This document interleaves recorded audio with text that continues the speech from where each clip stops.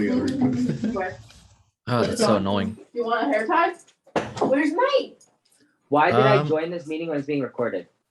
Oh, we're not gonna watch it later. We're sitting. Where is my Okay, hon, you gotta go. card? I need my card with that. Okay, all right. No, ask for your ID number. I'll mute him. But anyway, this video will be for those who are not here, and those who weren't there on Friday. Okay. What I was saying was, of course, this is Inventor. Once you open it up, there'll be 4 parts you've been working with. A part is any model, any single model piece you were working on, a 3D model. A drawing is a 2D representation of a specific model you have. For example, if you see my mouse, this little L bracket, let's say I just want this little cross-sectional area so I can reference it later. I can turn it into a drawing, use the drawing to turn it into 3D parts. An assembly, as you saw there, was basically just a bunch of parts that you have made all connected together with various constraints. So as you can see here, these are all the parts on the left-hand side. This is a little bit more advanced once you get comfortable making parts or drawings, you can go into assemblies. And then finally, presentation is it's like an animation program that allows you to do exploded views or photorealistic renders of your assembled components. Okay, but for this example, we're just going to make a part, and you can click here on the home screen, or you can just do new, and it'll go through this section here. But I just find it a little easier just to do part here. And it should be fairly easy. I think on everyone, it'll show up there. But anyway, let's make a new part. And if we pull up Discord, we can see here some of the models and shapes that we were kind of reviewing while we were in person on Friday, trying to get a better understanding on how to go about making 3D models. I will, let's say these are all 1 unit across. So I'll just, for simplicity's sake, I'll just make this shape number 15. If we see here on the main screen, there'll be 2 main sections to 3D modeling. One of them will be your 2D sketch, which is basically allows you to make a planar shape on a 2D surface, usually the X and Y axis, so that your Z axis can be your height. So right now we're going to start off with a sketch. We're going to select the the XY plane, because this is your floor, basically. We're going to select the XY plane. Here we're looking at the XY plane. And if we look at the model, we can see this shape here kind of has like a, what's it called? Like 4 blocks with 1 extending out the back. So since these are all 1 unit across, we'll go ahead and model that up. We'll start with a rectangle. You have various shapes here, various tools to modify the shape you're currently working on, as well as make patterns, mirrors, or constrain your drawings in any way. Here you can insert images and turn them into drawings, which can be very useful, but the images can sometimes are very specific. Anyway, so let's start off with a simple rectangle or square. We'll make, if we look back at the drawing, it's going to be like 2 by 2 at the bottom with like an extra little section coming out of it. So here you can type in your specific dimensions, and when you tab, it'll go to your extra dimensions. So in this case, it would be X and then Y. Gives me a rectangle with 2 inches squared on either side. We'll start off another one here, since there's this little section coming off of it. And this is 1 by 1. So that is basically how the bottom of the shape looks like if we move it around to this angle here. This angle here. No. This angle here. Okay. From here, we can go ahead and finish the sketch and then start using these tools here to turn our sketch into any 3D shape we want. In this case, we're just going to use extrude. And extrude basically grabs a single surface or single drawing that is in a 2D plane and allows you to extend it in the Z direction to create volume. In this case, since we're only making this base here, it is only 1 inch tall. So right here, we'll be making it 1 inch tall. Hit OK. That's the bottom base. If we see here, there's this little section that comes up that's 2 inches tall, and it's like a smaller rectangle. We can go ahead and work on that by starting a new sketch. And in this case, we'll make the sketch on top of this shape. So you can create a 2-dimensional sketch on every single one of these faces. But because we're making that little section that goes up, we'll make it on this face. We'll get another rectangle. We'll go here. This shape is going to be 2 inches by 1 inch. We'll go ahead and finish that sketch. And then when we go to extrude it, notice how the other faces are not able to be selected. That is because the only available sketch for me to reference this extrude function from is the sketch that we had just finished. So always keep that in mind. Whenever you do make an extrusion, it will file that sketch under that extrusion so that you don't mistaken it or it doesn't overload your 3D model. So in this case, that block is going to be 2 units tall. So we'll go ahead and type in here 2 units or 2 inches in this case. And once we hit enter, we get the shape we were looking at. Any single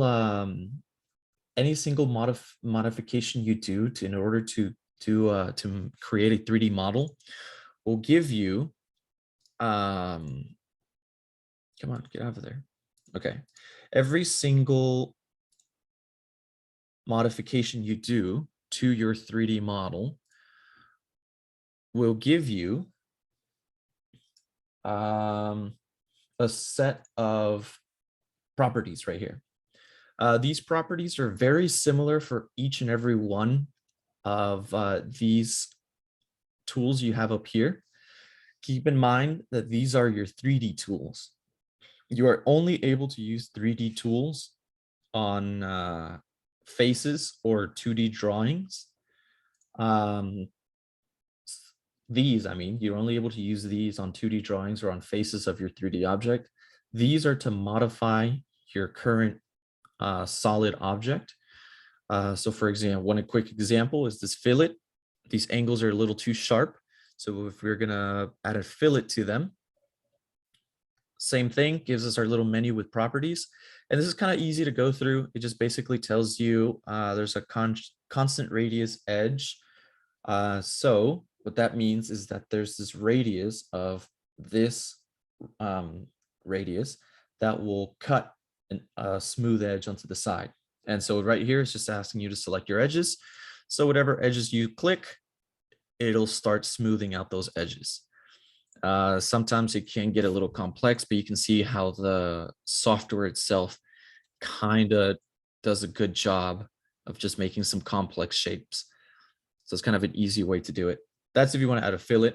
Of course, if you're working on the rocket team, you're probably going to need some special edges or some holes. This here allows you to set a hole, but the input geometry is a position. This position has to be set by a drawing.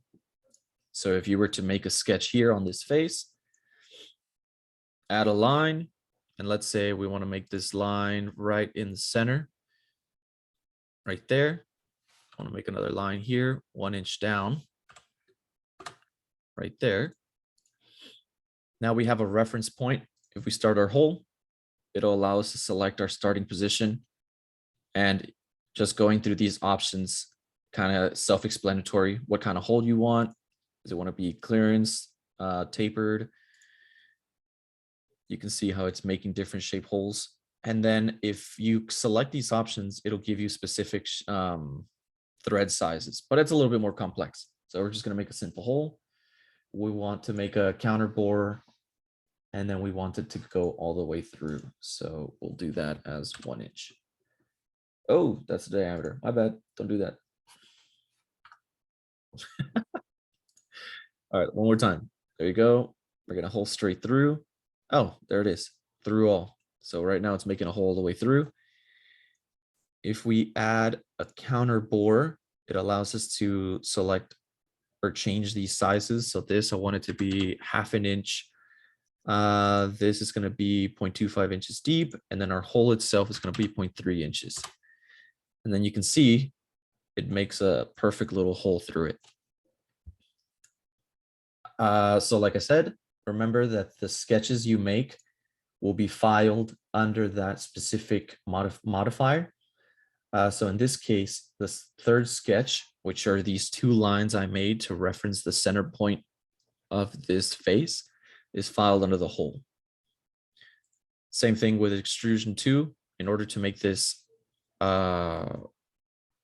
this tall section, the second sketch, this square I made along this face, is hidden under the second extrusion, and so on and so forth. There is a way you can share sketches. For example, let's say I made this hole, but I want that center point to be referenced on another shape. I can always just go here. You can see here it's grayed out, but if you right click, you can share the sketch, edit the sketch itself, and make a bunch of changes to it. So if we share the sketch, it'll keep the first one filed under there, but it'll add another one out here that we can then select again. You can see there it's turning green. And then you can unshare it or hide it. That is basically like a real simple introduction to this 3D modeling. If we go ahead and make a new part, let's tackle another quick part. We'll make something. What do you guys want to make? Give me an idea. Something easy in the chat. Don't say car. I can't do a car yet.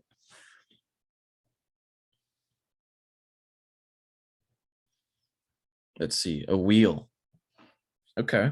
Do you want me to make like a rim? Oh, a pyramid. Oh, that's a good one. Pyramid wheel.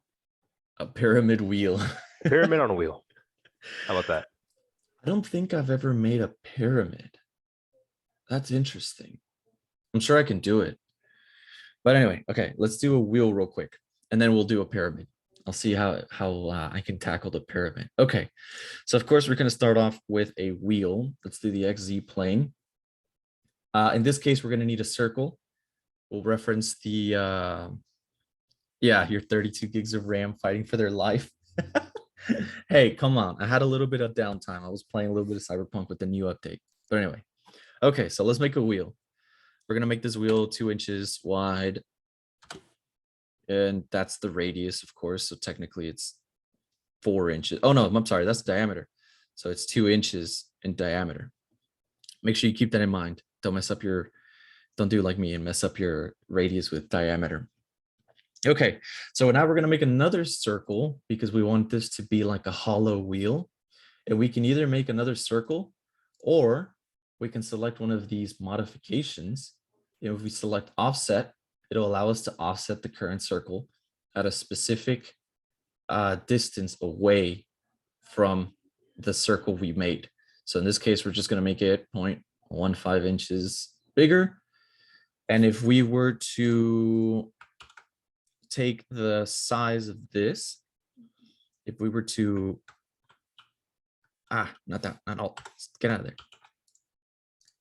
Come on, where did it go?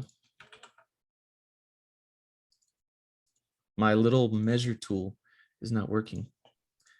Let's see. You can use dimension for it as well. Yeah, that's what I'm trying to do. I knew the shortcut, but I guess whatever. I think if you right click the circle, or yeah, you can use that. I just use measure. Yeah. But anyway, 2.3 inches in diameter. So that means that the offset gives you 0.15 inches away from this circle. So in total, it'll add a 0.3 inch extra in the diameter. So that's perfect. That's what we wanted. So now we go here to extrude. We have finished the sketch here. If you can see it on the left-hand side, you have your model here. We'll go ahead and select the face or the shape that is within those two circles. And then once we select it, we kind of get this cool little tube. All right, so we want that to be 1.5 inches. Okay, perfect. So now we have this tube. And now we can do something cool. We can go ahead and start another sketch. We'll start the sketch from this face, since this is the front, right? So we'll start the sketch from this face. We will center it. If you can see here on the right-hand side, I don't think I talked about this, but this is kind of like an easy way to move your drawing. What I've been doing up until now is basically using shortcuts. You just use your mouse and specific shortcuts on your keyboard to give you all kinds of different control over your 3D model. But if you don't have a mouse or you don't know the shortcuts, you can just use this little wheel that's on the right-hand side. And that's what these are. These are all just different ways to view your model. So if we want to zoom in, we can zoom in. If we want to rewind, this is rewind like your steps. If we want to orbit, same thing I've been doing so far, and pan. But anyway, okay. So here, I want to make a little circle in the center. This is going to be 0.5. From here, I want to do something kind of cool. I want to make this little guy go up to this circle. Let's see, what's the half point? I don't think it's going to give me the quarter point. If it doesn't do that, then we can make this here, put it at a 45-degree angle. And then it'll give us the perfect point. Cool. Okay. So now when we go to make our rectangle, we have a reference point to make that little rectangle. Awesome. Okay. And you'll see why I'm doing this in a second. I'm going to make like a little wheel rim. What's 90 plus 45? I don't do simple math. What is it? 135? Okay. There you go. There we go. Now we have these 2 points of reference. Then we'll get a line and make a straight line all the way until it meets this circle here. We'll do the same thing with this one. Okay, that looks good. And now if we use this circular pattern, we'll go ahead and select the geometry we want. We'll select our axis. So this circular pattern allows you to make patterns in a circle.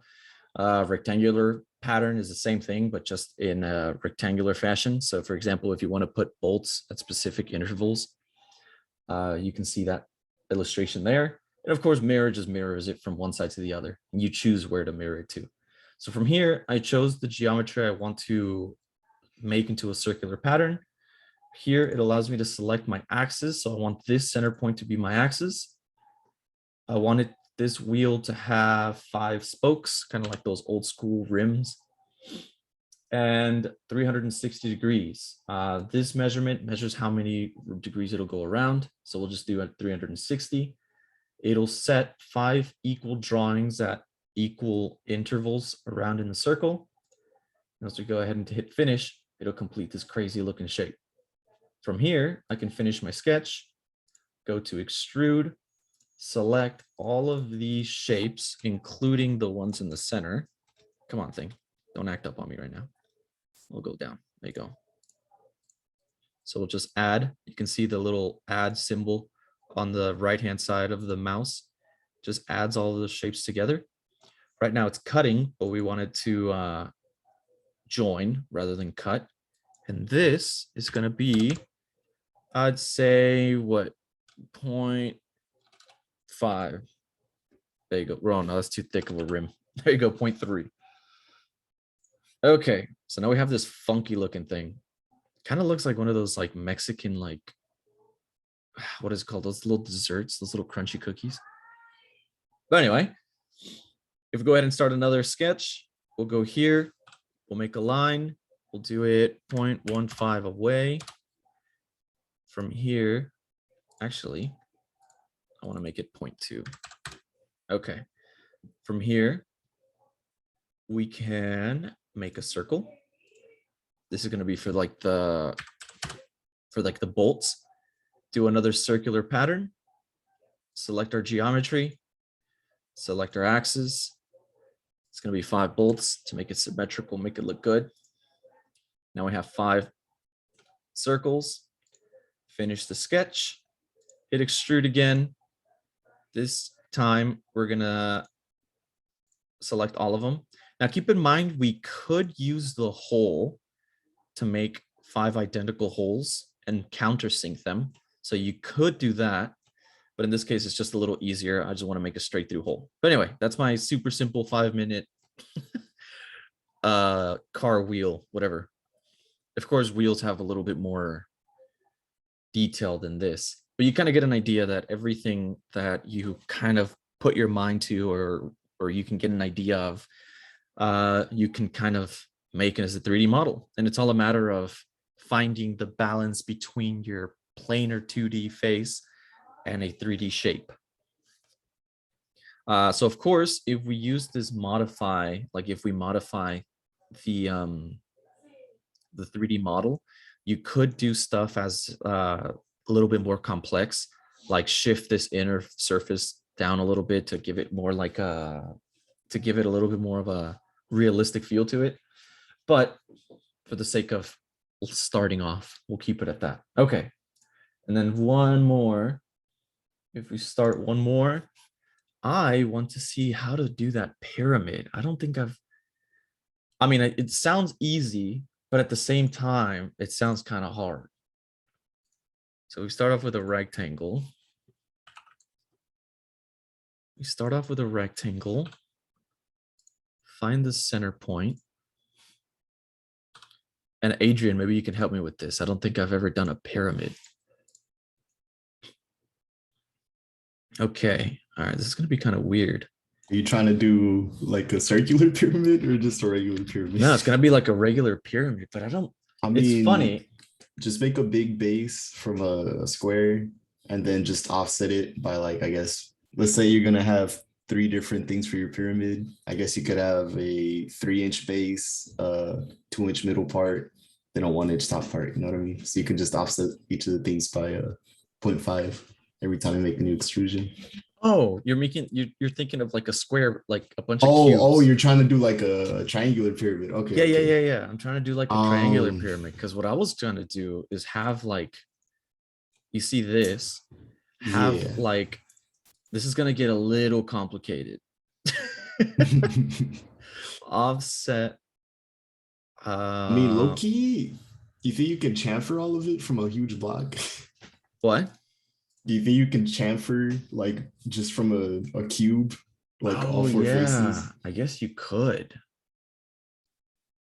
Yeah, that's what Anthony's saying too. If we just extrude it by 2 inches and then add like this, where is it? I lost it. This chamfer. Just a really big chamfer on each side. Then just do like a just a keep on, 2-inch just make it chamfer. like- Oh no. Okay, 1. It has to be 1. Oh no, now it looks dumb. Okay, let's do that. Stop.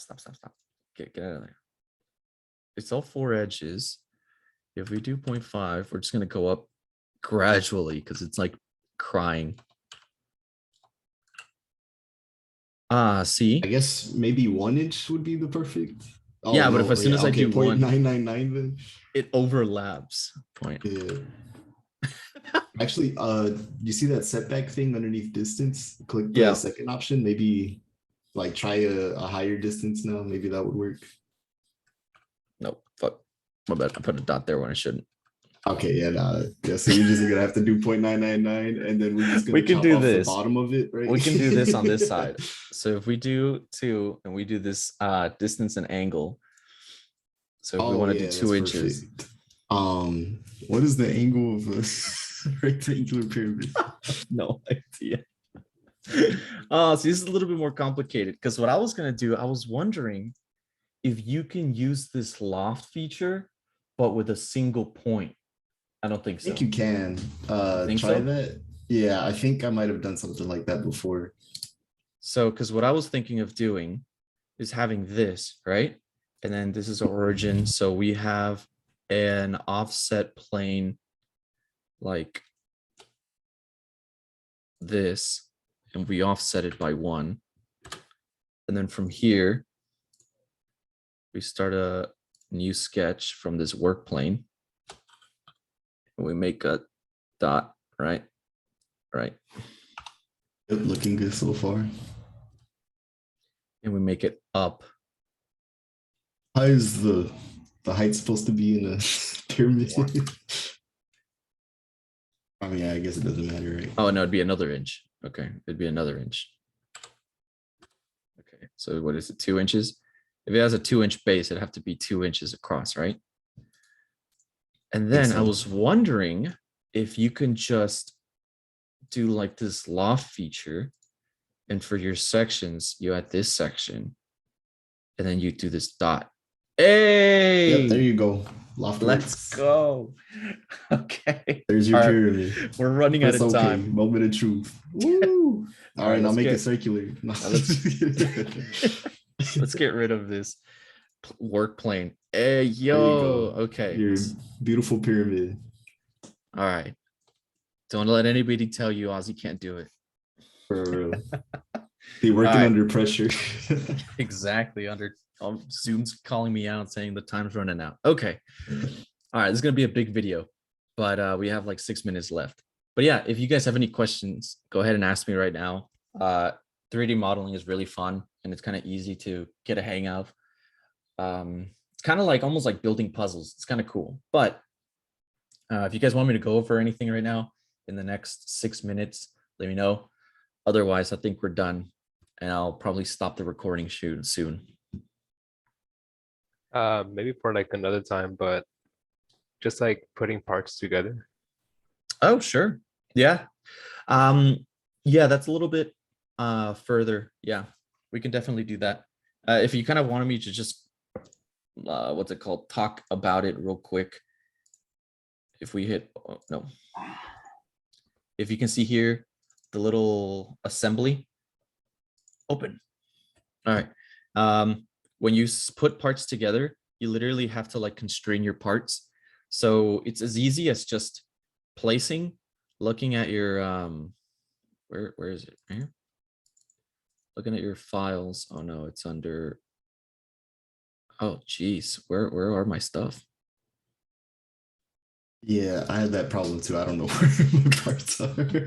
Oh Lord, this is gonna get a little harder. Anyway, Yeah, I think I tried saving one and then like opening up the folder that it's from. let's place from Content Center. It's gonna take forever. Accessories. Oh yes, There washers. you go. We'll put some washers in there. Okay, Beautiful. so let's get this washer. When you go to add a part, it'll literally just allow you, it'll give you like a, see this, like a outline of the part you want to add. And Yeah. what you do is you literally just put it anywhere at first. So put it anywhere. It adds a washer. And then you want to constrain it. Hey, get out of here. Get out of here. Okay, so then you have this washer and you want to constrain it. So you can either join two pieces together or constrain them.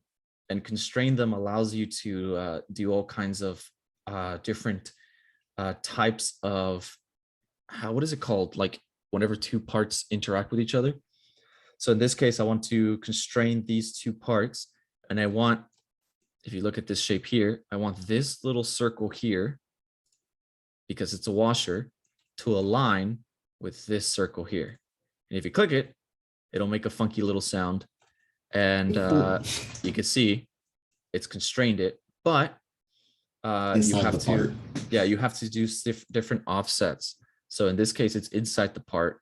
So if you want to offset it, what is the shape? What is it called? Let's try one inch. Just to Let's try. see. Oh, it's not doing it. Okay, whatever. But you kind of get the idea. If it doesn't work out, we'll do cancel. We'll hit constraint again. And if you saw me, it popped up Oh. automatically. It's just a what is it called? A shortcut. Dang. think you can do the fourth option for the types. Yeah, that's the one that aligns the holes. Insert this one Flush. to this one. There you go. Yeah, there you go. Hey, gotta wash it on there. Yeah, so now it's a Yeah. really chunky washer on the bottom, and you can see that it's like legit, Perfectly lined. like perfectly touching it. And so you do that for every single component, and you should get parts that line up kind of like this. So you can see here how the part lines up perfectly. This example that I'm using was the prototype for the MMM that I came up with. But anyway, so you can guys see like with simple 3D modeling, you can make some pretty cool components. But yeah, that's about it. Once you hit apply, it'll stay there. It'll stay stuck there. From here, you can change them. So right here, I can just delete this part because I don't want it. And you're good to go. Oh, and there's also an airframe that goes around this. But you couldn't see it. Yeah, so the airframe went around the whole thing. But yeah, awesome. I think that's about it. I'll stop sharing. That is all I have for you guys. It's a super simple introduction to 3D modeling. If you guys are curious to learn a little bit more, we can probably like go over it some more another day. Or maybe we'll have some like another little workshop. But this Friday, definitely, if anybody can come this Friday, remember, we're going to try to have as many 3D printers in the lab as we can. I know for certain I'm probably going to have like 2 or 3. It's going to be mine and someone, I think Joe's bringing hers, or Gus. But worst case, we have 1. Best case, we have several. And we'll 3D model something up real quick. Probably one of the shapes you guys saw on the little paper of orthographic views. And we'll just print it out, make them real tiny pieces, and we can like print them out, learn how to turn, what's it called? Convert them from the inventor files into STLs, which is what 3D printing software uses, into turn that into G code using the 3D printing software, and then print it. But anyway, we got 1 minute left. So you guys are, thank you so much for coming to my TED Talk. You guys are good to go. Thank you for the lesson. Of course, of course. Yep. And it is Okay. recorded, so I'll post it on there. Catch you later, man. So yeah, Bye. thanks for guys for coming.